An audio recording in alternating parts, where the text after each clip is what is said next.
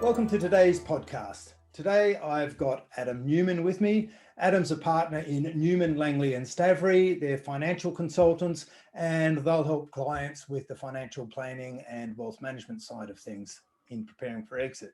Adam's one of the few wealth advisors that I've met who actually focus and understand working with SME business owners and all of the pros and cons and I guess the differences with business money and company money and personal wealth. So Adam, welcome to the Exit Insights podcast.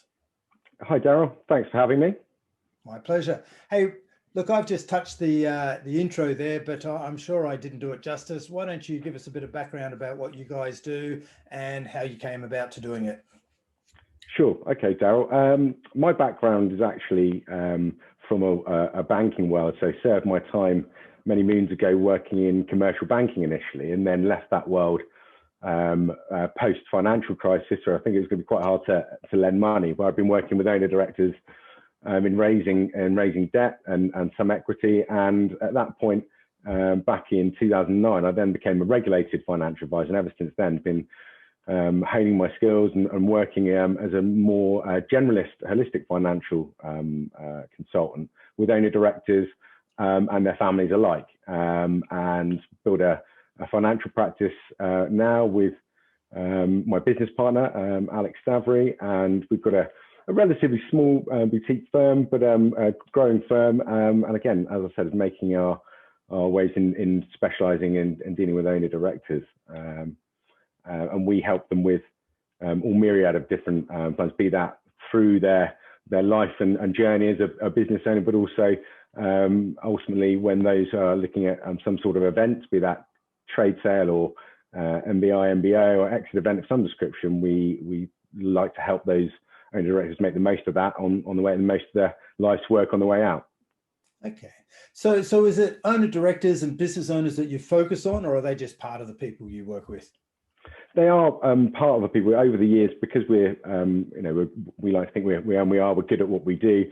We get recommendations and introductions into families of the owner directors or the stakeholders within that business. Often we'll be advising some of the senior leadership team in that business on their personal or on commercial elements of their life within the business, be that some sort of group arrangements that's offered or pension, but also will be introduced by other forms of client referral along the way from them, and it just grows and grows. So we've also got professional introducers that we work closely with that introduce all types of different clients. But I would say predominantly in my side of the business, I would say that I specialise. That's my area of expertise, is with the owner director. And my business partner would say they're all people.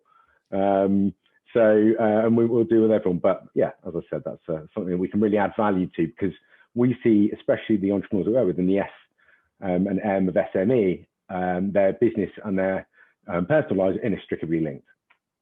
It could be personal guarantees or directors' loans into the business. It could be having conversations with them about how they remunerate themselves at the business and their family members maybe in it. Family businesses we work closely with as well. Yeah.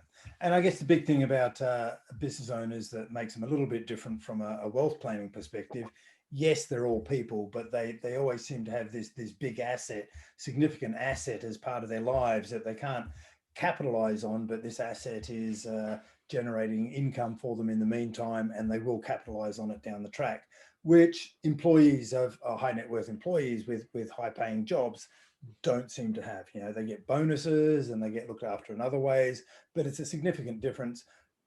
And it tends to mean, I don't know if you experience this, but business owners seem to live their lives far more intensely than employees alone. So, you know, they've always got these stresses bubbling away underneath, always influencing. And, you know, because they do know that they've got so much riding on this asset, you know, selling their business one day, it's a big part of their lives. So, you know, they often come to me, and I'm sure they say it to you as well, you know, don't worry, Daryl, my business is my pension. And I go, great. Well, if your business is your pension, tell me about your pension planning. And Sure. They go, well, I'm going to sell it one day. I go, well, for how much? And then they'll say something like, I want for it. Yeah, and that I want number is always 1, 5, 10. You know, it's a big round number. And Yeah. so we ask the question, you go, well, okay, that's what you want for it. What's it worth today? And what are you doing to get there? And they go, well, I don't know. I think it's worth, and they'll pluck a number out of the sky. So you go, okay, so how did you arrive at that number? Well, I've seen other businesses, and I go, well, how sure are you? How confident? And that number is different to the number you told me you want. How are you going to get there? Is that similar to what you see? It's absolute, everything you've just mentioned there is stuff that we've heard before. My business is my pension, and the 1, 5 and 10 are absolute classics that we hear all the time. And I think often those numbers, there might be some numbers there that are close to it and that would work. What we try to do is give clients some context to that magic number and understand with a bit more science and a bit more detail about why the number's the number within the business. Okay, so we're not business valuers. We don't go in, and we're not chartered accountants, and we're not experts in creating commercial traction to dispose of businesses. But what we're experienced at is sitting down and looking at people with complex financial affairs, owner directors. I love working with, because there's always a story. You say they live their lives intensely, but yes, they do. And there's always, there's always a bit of a backstory, a bit of volatility, and then and that's, we really like getting our teeth into it. And you can really add a lot of value into that, and giving them some structure and some understanding. An entrepreneurs we were are good at turning a pound into £2. They are making the money in their business. And what we like to do is to say, well, what we want to do is try and protect that as best we can. So we try and protect in terms of tax efficiency, but also mitigate risk within the business, protect business profits. We've got strategies that we work with on clients on doing that. But actually, if they're talking about their business being their pension, their largest asset, and trying to realize that, is that we're not going to go in and be able to single-handedly value that business and turn it around and tell them it's worth, a 2, 6, 10 times EBITDA, for example. What we can do is sit down with the stakeholders in that business, and it can be the major shareholders initially, and we can do it private confidentially with individuals or as in a group, and be a little bit more of on a collegiate basis, and really open things up around the shareholders or stakeholders in the business. But we'll sit down and we'll do, for those that it's relevant to, personalized cash flow modeling. And so what that means is we can really sit down and get into the nitty and the granular with them, and then take some of those understanding of what do they need now to live and to make sure that they're meeting their essential needs, and they're just the lifestyle needs that you have. Does that involve things like private school education for multiple children, looking at planning for how they extract the money out and the wealth out of their business to meet that need, is something that we help with. But also the strategy that we use and the software that we're able to employ to do that sets in assumptions to look at playing that out until mortality, and saying, well, what does it look like if what are your financial objectives, and do financial goal-based planning on a scientific basis, and looking at, well, what is the number? If you're extracting out of the business handsomely, but you need, in your mind, X amounts, can we give that some context and reality, and saying, well, to meet your needs, actually, the number you need is 5.2, not 5. Actually, it's far less. You only need to meet the goals that you've got. And if these are realistic goals, you only need 2.75, not the 10 that you think it's going to need. And that's not the business may have the potential to grow and be really, but we're trying to give them some context saying, actually, you can take a little breath here, actually, and think about how do we get the business in the best shape. And we've got other strategies and things we employ to do that. But, that's that piece. So it's really interesting, because what I notice, and having worked with SME owners over the years, is that once they start having conversations with someone like yourself, and they get the reality of what they do need, and here's how much you need to have these, to live the lifestyle that you want to live. And once they get some clarity around that, and they, it becomes a reality, it's like they breathe a big sigh of relief. Now, it doesn't mean they stop showing up at work, but what it actually has the impact on is they actually show up without that stress inside their body all the time, because they're relaxed, because they know they're bang on target to achieve what they need to achieve. Everything's under control. They've built assets outside of the business, so they haven't got all their eggs in the one basket. And now they're able to become better leaders, because they're not under stress all the time to, everything's riding on the outcome of the business, i.e. all their eggs in one basket. And so they just become better leaders. And that's one of the reasons why we always encourage business owners as much as we can to get some clarity around their wealth management rather than I think. Also, I think, Daryl, is that my experience would suggest that when we're meeting with family businesses, it's prevalent in, but also any form of SME sector with multiple shareholders, is that often starting the conversation about what they want to do in terms of an exit or an event is something that they won't even sometimes be able to start the conversation, and be able to actually get into a conversation with the board and talk about the vision for the future, is actually getting that started, is what a financial advisor is used to doing, is opening someone up to say, well, what are your objectives here? And sensitively, and getting the people around the table, and then taking them away privately and saying privately, what do they, but getting them often around the table to talk about it. And then you can come up with strategies about what it's going to mean, because different shareholders might have different visions for the business. So it may be that the older brother wants to keep on going until they're 80, but the younger sister says, actually, I'd like to spend some more time with children or grandchildren, and therefore we maybe, we've got different visions about what we want to exit and do and sell for.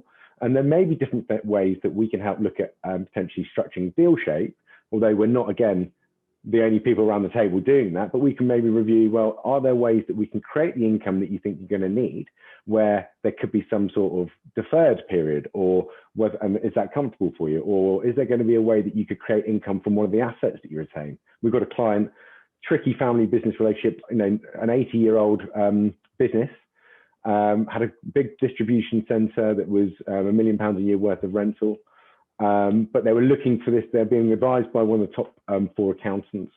And one of their big assets was this bricks and mortar, but the buyers that were looking at it didn't need the big distribution center. Their businesses could able to use their own distribution centers. They wanted the book, and they wanted so looking at the way, well, what can we do with these other assets? And does that create the income? And can we split it out and make sure we get the shareholders in a position where they've met their own magic number and they've had a conversation about it, and be able to, because what we don't want is the blockers that you see, and you mentioned it before, there's often you get to the end and people are putting up blockers why not to sell, and that could be one of them.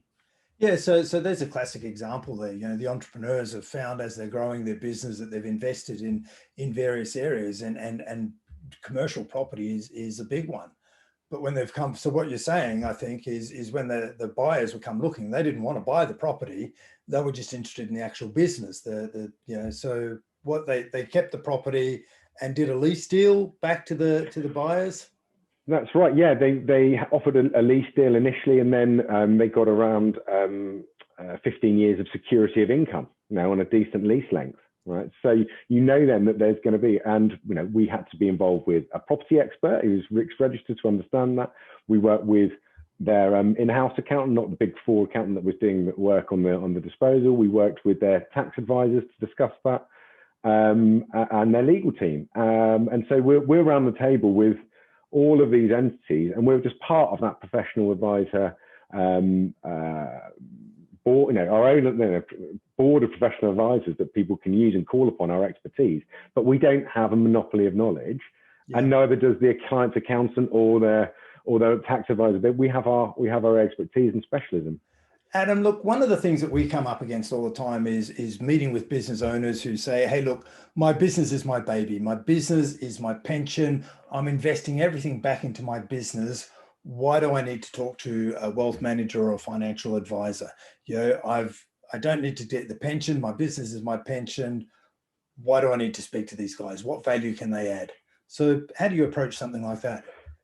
Yeah, thanks, Dale. That's a really good question. We do meet that kind of response on occasion, and that is where it's to expect. We've got often serial entrepreneurs with expertise in their own field who've always been self-advised. They're very passionate, very strong and passionate about their businesses, and we understand that. I think our way of looking at that with them is saying, do you want to wish to have financial security, okay, and a knowledge of financial security now? We can help you obtain that comfort and a bit more comfort around that, and rather we'll put it all on black, okay, for this one event, okay.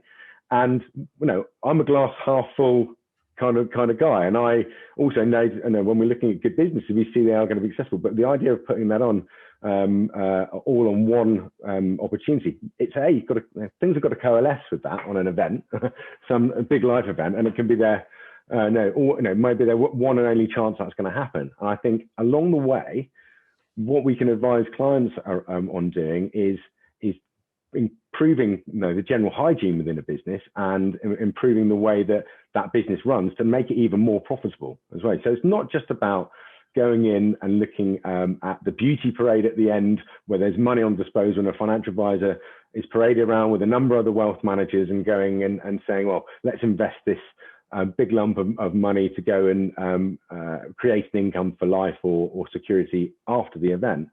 What you should be doing with your financial consultants is building that financial security along the way, but also adding value. If a proper financial consultant like us is coming in, we're going to be helping with much more than just the event, as it were. We'll be looking at risk mitigation strategies within the business.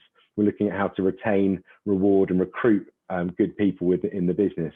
We look at ways of protecting the business profit within a business. So mitigate, looking at ways that perhaps having conversations, this is something that we would uniquely do, is ways that you can remove personal guarantees.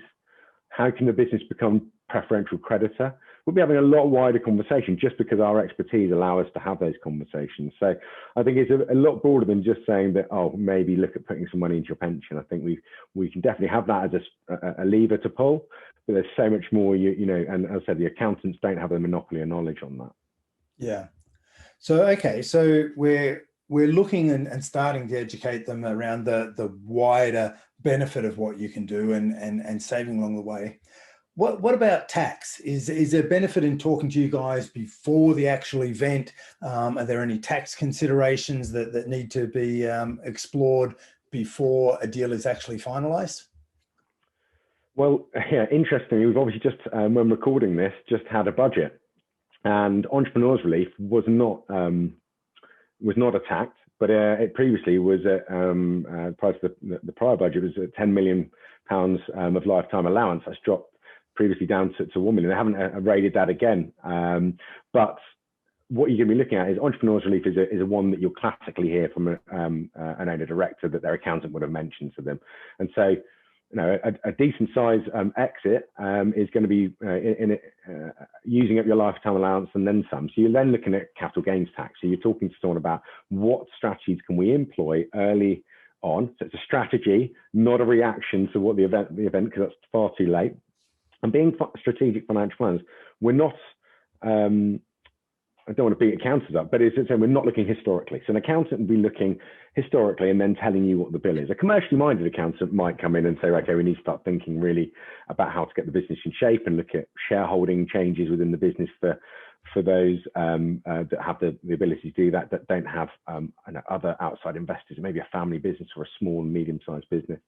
But you could be looking at things like business relief qualification as well, where disposal of business of shares will benefit from business relief on occasion, whereas carrying things like accepted assets, without going into too much detail, but carrying accepted assets can mean that some of that or proportion of the business wouldn't have qualified for business, the shares wouldn't have qualified for business relief.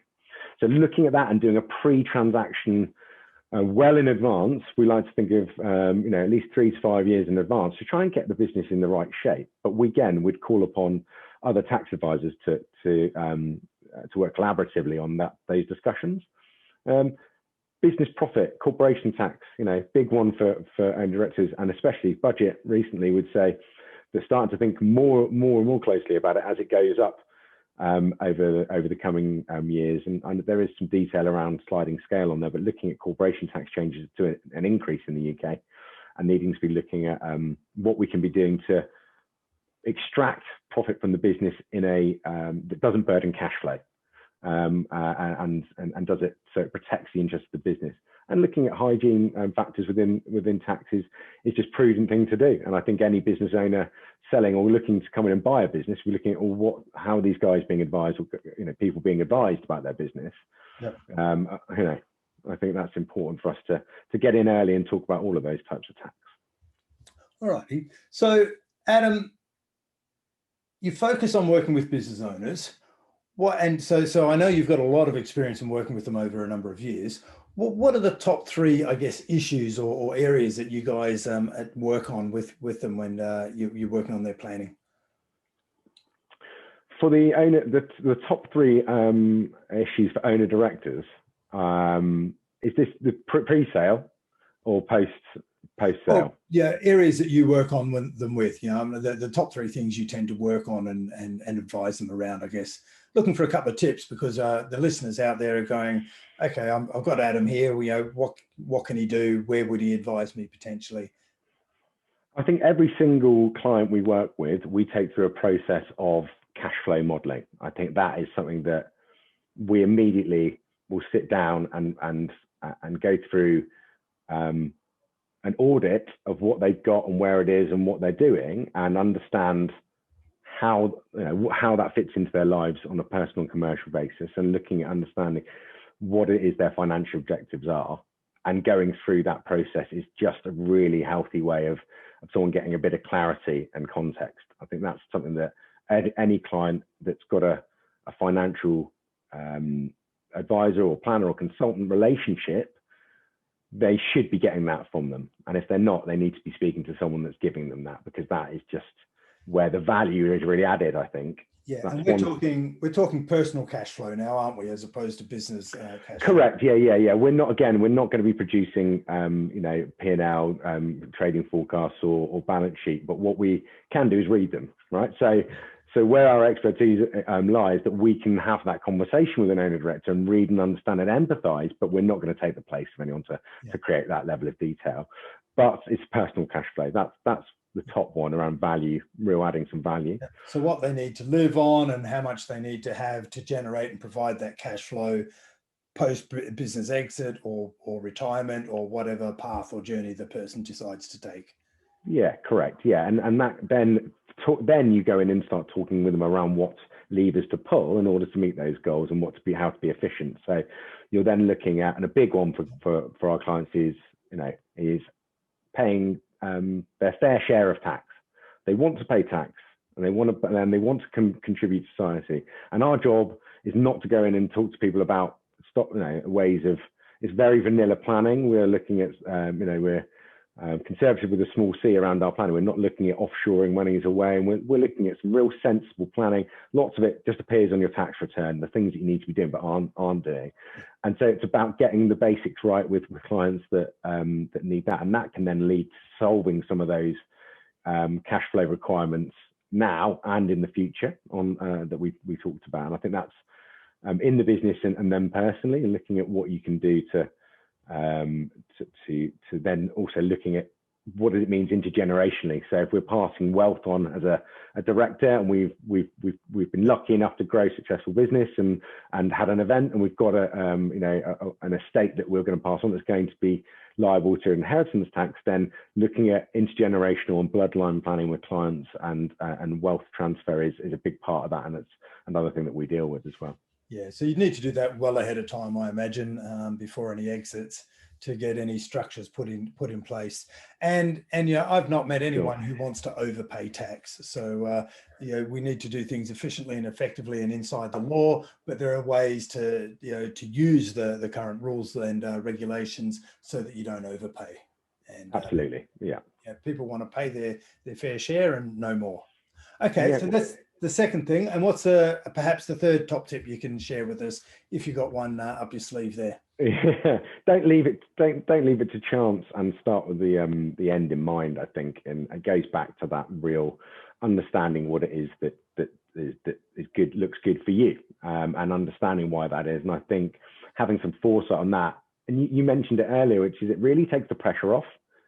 I think our clients have really said, you've really given us some clarity now, and that can be around the boardroom table as well as personally. So look, we've really given us as a board a bit more clarity now around what it is that we're all driving towards.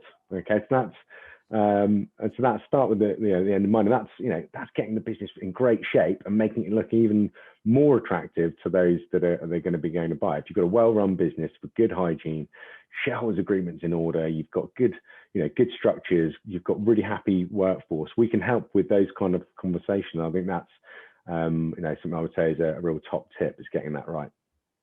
Beautiful. So start early, prepare, and think of the long term. Yeah, exactly. Yeah, well summed up. Excellent. Well, thanks for sharing with us today, Adam. There's some great advice there for any business owner, regardless of what stage they're at, to really start thinking about their personal wealth and financial management outside of their business, because it makes a difference to when you're coming to exit and how you're showing up when you're a business owner day to day running the business. Thanks again, Adam. Pleasure. Love to see you.